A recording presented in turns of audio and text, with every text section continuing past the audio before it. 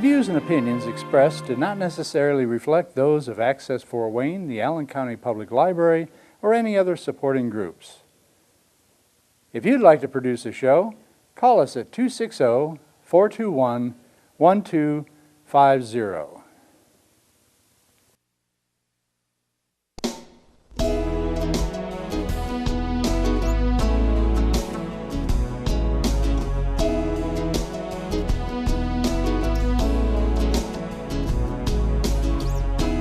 Let me be your lighthouse so I can show you the way. Let me be your shining light, keep you from drifting away. I'm the one that makes you try when... Hello, my name is Patty Hunter and this is Patty's Page. Today I'm doing an interview with Mr. Paul Petersen. He was a former child actor, and he's also president and founder of A Minor Consideration. This is a non-profit organization in California.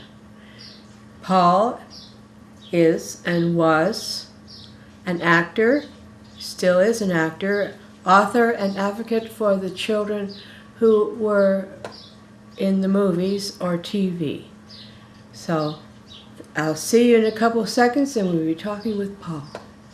Well, I already introduced you in my opening. Where were you born, my friend? Well, I was born in Glendale, California, which is a suburb of LA, and that was in 1945, September 23rd. And we stayed here in Southern California to try to weather the post-war depression. My family all worked at Lockheed, the big defense contractor, but it was really tough time. So then we moved back to Iowa, to my aunt and uncle's farm. And you lived on the farm for how long? Well, we were there until 1951, when we came back out so my mom could have an eye operation at Jules Stein. And by that time, Dad had been rehired at Lockheed, and both grandpas worked at Lockheed. Then my mom hired in there, and here we stayed. We lived first in Burbank and then in North Hollywood. So when did you start becoming interested in acting?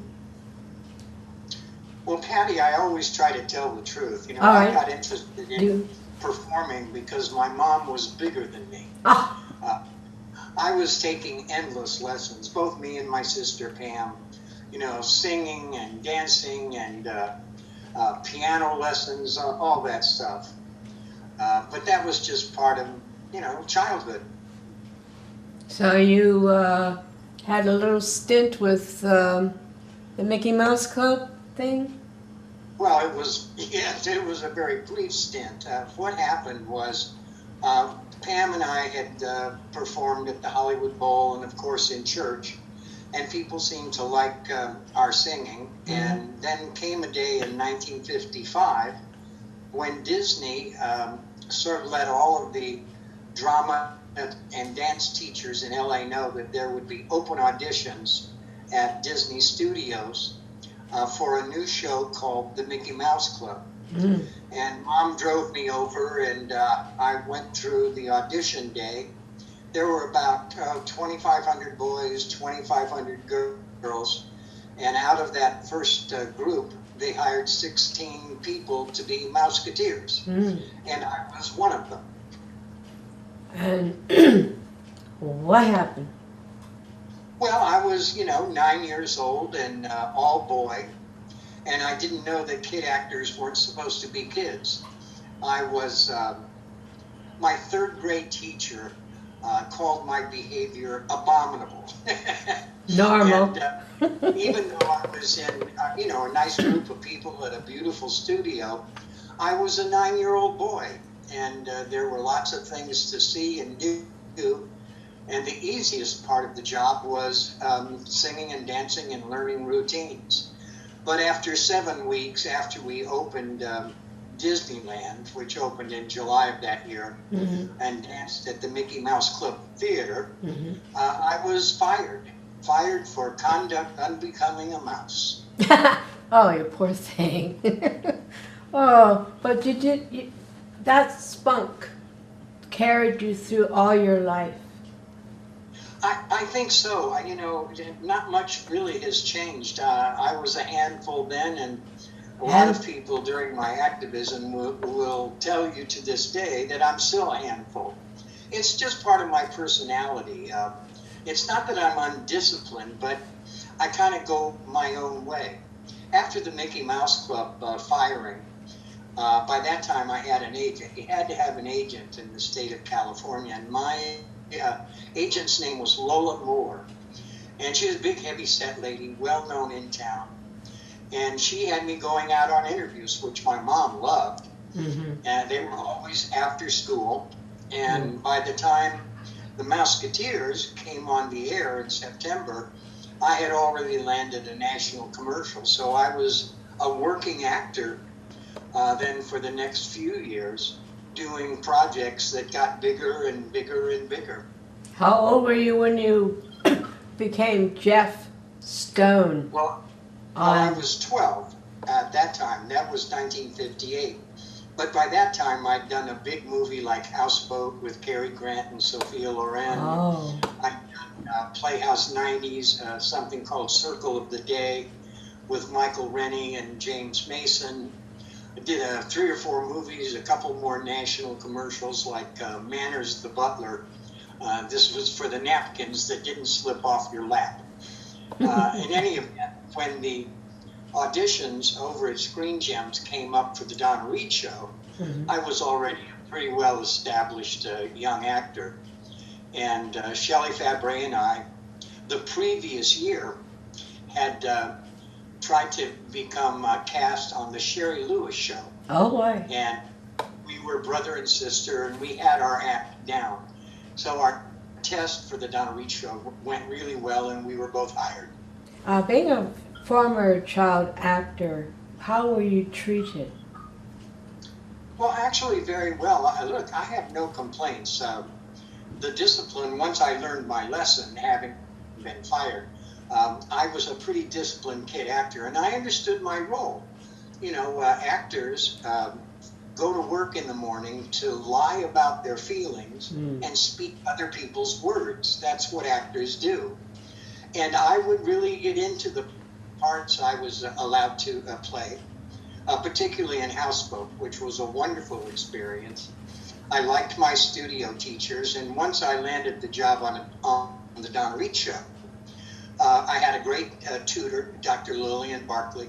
I loved working with Donna Reed, and Carl Betts, and Shelley Fabre. And once the show premiered, it became apparent that we had a long run in store for us. Little did I know that it was going to be 8 years. Wow. So wow is right. I was stage 1 at Columbia Pictures for 8 years, all the years between 12 and 20. And I must tell you, that fundamentally alters your life. I bet it does. What happened to you after, with the children, other children who are actors? How were they treated? Some were nice and some weren't nice they treated? Well, it depends on where you work. I was working at Columbia Pictures, which had a lot of experience with family shows. Remember, Father Knows Best was filmed there as well. And they had their share of troubles. And Donna and Carl and our producer, which was Donna's husband, Tony Owen, took great pains to make sure Shelley and I were treated fairly and professionally, and we became, honest to God, close friends. Had, as I told you, a wonderful tutor who stuck with us all 8 years. Nobody beat me up, nobody stole my money, and frankly, getting famous was a lot of fun. Remember now, Patty, these were the days when you could understand the words to popular music and sex wouldn't kill you. How many acting jobs while you were growing up? You must have acted in a lot of shows, like commercials and all that sort, but what was your favorite? Well, for movies, it was doing Houseboat. That was 7 months. We got to go to Washington, D.C. I had a wonderful teacher there, Amelia DeFerris, and became fast friends with my co-stars, Mimi Gibson and Charlie Herbert. He was a pretty famous kid actor also, from The Fly and what was the 13 Steps, I think, anyway, or Ghosts, something about 13 Ghosts. Anyway, as for a movie, that was a wonderful experience, and it kind of portended what was to come with the Donna Reed Show.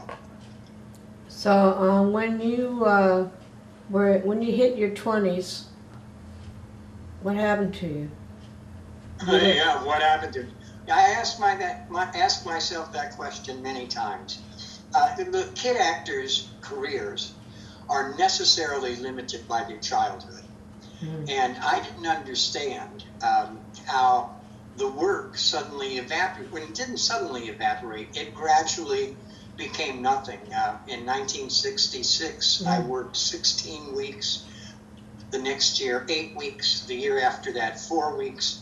And by 1969, I didn't get a single job. And precisely at that time, Patty, you'll find this interesting. I had a very nice house in Encino, and one day Mickey Rooney showed up at my door. And I hadn't invited him. I barely knew him. But he came in my house, sat down on my couch in my living room and said, "Paul, you got to get out of town, get your education, because they're not going to let you work for 25 years. And I said to him, "Mick, why are you telling me this?" And he looked me right in the eye and said, "Because, Paul, it happened to me." Oh. You got to remember, Mickey Rooney in his era, this is working with Judy Garland and all the Andy Hardy movies, was really the biggest kid star in the world ever since Jackie Coogan 10 years before. Yeah. So he knew what he was talking about, and as fate would have it, circumstances developed to help me get out of town. I moved to Connecticut and pick up my education and find something else to do that didn't involve acting. And that something else turned out to be writing, which I loved. I mean, I truly loved writing my books. Who encouraged you with that, dear? Well, it was kind of interesting. You know, when you're raised on a working set with a lot of bright people who actually helped invent the television industry, who were key players in the golden era of television, you pick up a lot of things. And one of the things I picked up was a facility with telling stories and keeping people interested through my written words. And I was encouraged by Carl, who was, of course, a grad from Carnegie Mellon University, by Donna, who's a grad from LACC and Pasadena City College, and, of course, my tutor. So a guy named Oliphant got me a contract with Simon & Schuster once I moved to Connecticut, and that started the writing career. How many books since you started? Altogether, there were 16 books. Some were the paperback version of hardcovers, but I worked for Simon & Schuster and for Random House, and the books did really fairly well. It permitted me to acquire a house and live in Westport, Connecticut, with some pretty famous neighbors in a great little city. Yeah. And I enjoyed those years in Connecticut a great deal. You married with kids? Married, yes. Married, 2 children by my second wife, Allie. And then subsequently, after our divorce, I moved back to Los Angeles to be with my family, frankly, my sisters and you know, all of my cousins, and be here with my mom. My dad then got sick and passed away, as did Carl Betts. My condolences. Well, thank you. That was a long time ago. I miss them to this day. They were wonderful men, different kind of men. You know, my dad was a hydraulic engineer working at Lockheed, and Carl Betts was a highly trained Shakespearean actor who loved art and great writing and fine food, was a gifted painter, so it was a different relationship with each. Nonetheless, I had good relationships with both. So, what else did you do work-wise? You did acting and author? Oh, there wasn't any acting work. Mickey Rooney was prophetic. And this happens to kid actors. You don't drift away from acting. People stop hiring you. Remember, actors are dependent on other people's decisions. And believe me, by the time I got back to Los Angeles, I was a pretty independent person, capable of making my own way in life without relying on a bunch of idiots at the network level who, they were still in grade school when I was on the road with hit records and large crowds and signing autographs. You sing. What's your favorite song that you have written or whatever? Well, I didn't write them. My favorite song, of course, is the classic Father's Day song, My Dad. That's a song that people still reference on YouTube all the time around Father's Day.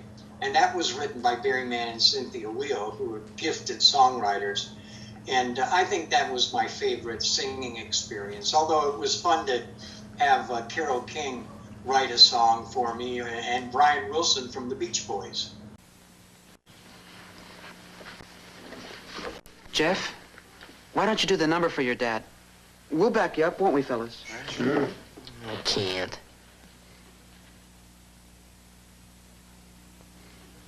I think he'd like to hear it.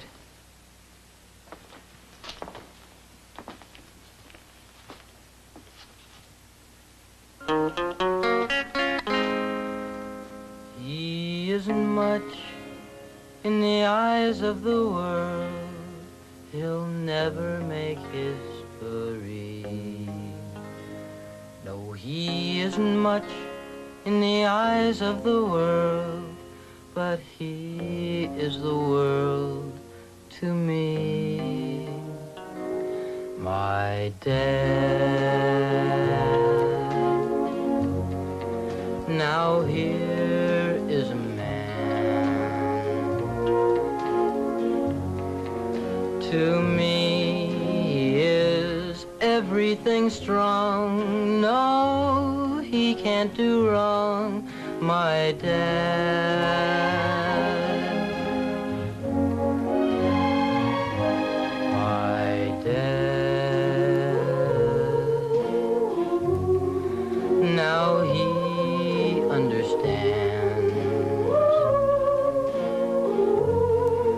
When I bring him troubles to share, oh, he's always there, my dad.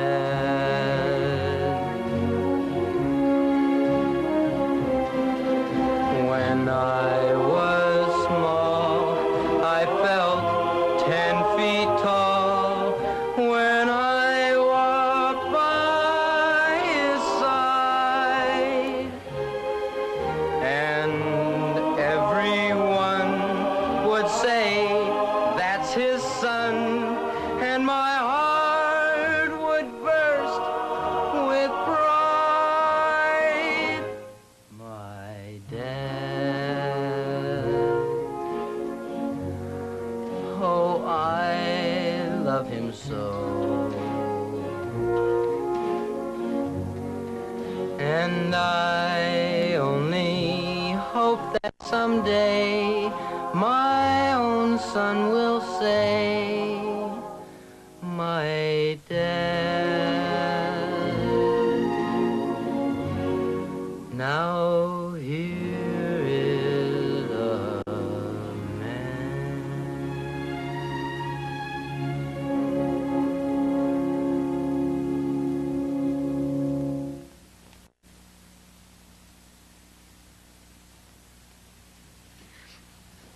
Mother, do you have a handkerchief? For heaven's sake, Mary, this is supposed to be a happy moment.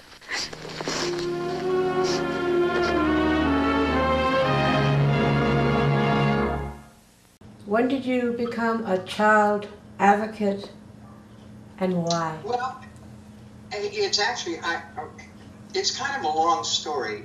You have to understand that the built-in friendships of fellow kid actors surrounded me. You know, the other kids on television shows like Tone Me Down and Jerry Mathers, the kids on My Three Sons, Stan Livingston and his brother, and Tim Considine and Don Grady. Yeah. Johnny Crawford from the Riflemen. We would meet at various publicity functions all the time. And I, of course, was not only aware of their life, but I would watch their life story unfold. And as each of us kind of became, I think we became vintage celebrities kind of all together. Right. And many of these stories troubled me, especially when I wrote a book called Walt, Mickey, and Me, which was meant to be a funny look back at the experience of being a Mouseketeer. See, I am the world's first ex-Mouseketeer. Oh. You know, it's true. But as I learned about their lives and was coming to terms with my past celebrity, I began to see certain common pathways. And I, in fact, was contracted to write a book called A Minor Consideration. And I was collecting kid actor stories. And all of a sudden, friends of mine, most famous Rusty Hamer from the Danny Thomas Show, in his 42nd year, committed suicide. Oh, no. And this was January 1990. And it suddenly dawned on me that I had to do something about this because there were too many former kid stars who were dead. And my wife and I made a conscious decision, knowing that it was not going to endear me to the industry, to try to reach out and help these kids. And as fate would have it, our efforts bore fruit almost immediately. Good. Excellent. So it was written to help the children who were former actors and actresses. And yes, I'm sorry. That's why our group is called A Minor Consideration. I mean, all of us had stage parents. We all learned how to sign autographs, sometimes before we could even read. And the experiences of John Provost from Lassie, Tim Reddick before him, and enduring friendships with like Roddy McDowell, another Lassie kid, really began to solidify my viewpoint when I began to understand the common threads in our lives. And after a wonderful breakfast with Jackie Cooper, who was himself a famous kid actor, I got a handle on what these threads of commonality were composed of. And I took that information, enlisted the help of other kid stars, Ron Howard, Jeannie Russell, and a couple of others. And A Minor Consideration went from 6 people to 60 to 600 very quickly. So we are now, you and I, are baby boomers. Hello. Yeah. You were saying. Anyways, child actors, adults, and now seniors. Do you help them? Well, yes, man. It's amazing how after these 40 years of activism, the needs have changed. The people around my age were suddenly having issues with pensions, with Social Security, with the differing items of importance in their lives. We had gotten past the almost Alcoholics Anonymous need to get together regularly in a kind of a support group into addressing the need to change the laws. We became, several of us, very active in the theatrical unions to get them to pay attention to the structural deficiencies that have bedeviled kid actors since Jackie Coogan's time back in the 20s. So the kids nowadays who are actors, are they treated any better since your minors consideration came in? Well, yes, they are. We have meaningfully changed the rules. Changing, for example, the Coogan law in California. Remember now, the Coogan law, the famous Coogan law that sets aside a portion of a child's income, was written in 1938. Wow. But that was the same year that the federal government exempted young performers from the Fair Labor Standards Act, which governs the conduct in the workplace. And the Coogan law, by the time we changed it here in California, was only in California. There were certain trust agreements in a few other states with a production base, states like New York and New Jersey. But they were not uniformly applied. Even the need for a studio teacher on a workday was not required in many jurisdictions. But more important than that, Patty, children, because as I just mentioned, are exempt from federal child labor laws. The question became, who owns the money? And our position was then and is now that the person who does the work should own the money. That's the child. But children in law, in common law and in many states, are the property of their parents. Mind what I just said. They are the property of their parents. And parents in law are entitled to the custody, income, and services of their child. Wow. That's not good? No. No, it's not good at all. It gives the parents, as we saw in the Jackie Coogan case back in the 30s, or the Gary Coleman's lawsuit against his parents, have always had this defense and would actually say to the judge, Your Honor, you cannot steal what already belongs to you. And even though the Coogan law covered the kids with long-term contracts, kids like me on the Donna Reed Show, or kids like Mickey Rooney, it was only a portion of your income that was protected, and all the rest belonged to the parents. So not right. No, it's not right.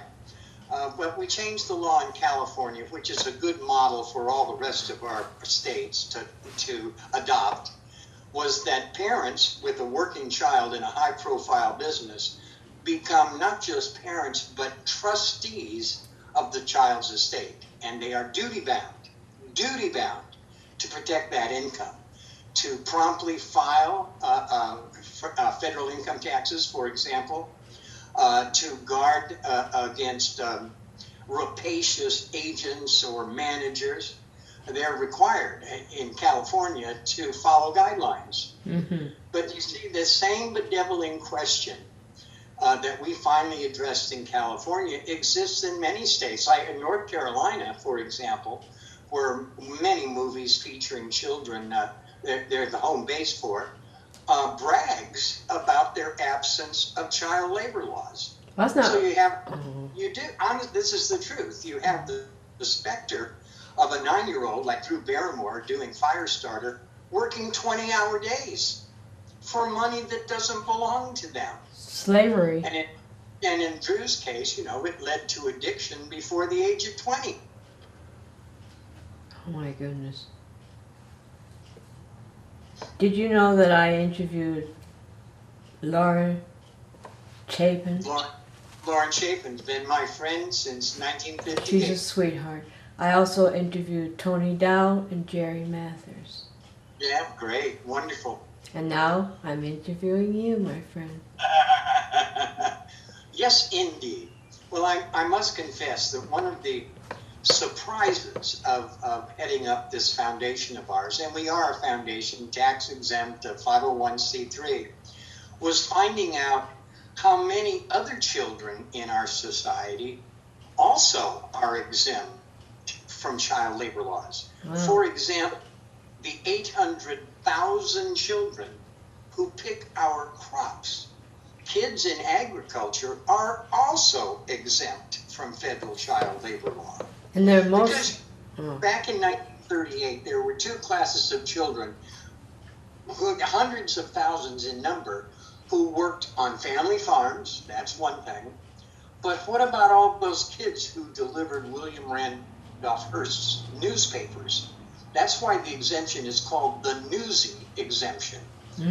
And they are, to this day, uncovered in federal law. We've got to end this exemption. That's true. Anytime a child works, the rules should be the same. We're almost finished this interview. What is your goal? Well, the goal, of course, and this is across all 900 members of a minor consideration, and this is across generations now, is to end the federal exemption, get the states individually to adopt the California work rules, which includes the ownership of the money, so that into the future children are protected. And that when you see a child in a movie, just like with animals, it able to say at the end of the movie, no child was killed or injured in the making of this film. You betcha. You betcha. And that's our goal. Thank you for joining me on my show. This is Patty Hunter, or Patty's Page. We'll see you next week. Thank you, and God bless. Godspeed, my love, until we meet again. You're always in my heart and every dream. Don't let this time apart give in to all our fears. God will keep us close from up above. So until we meet again, Godspeed, my love.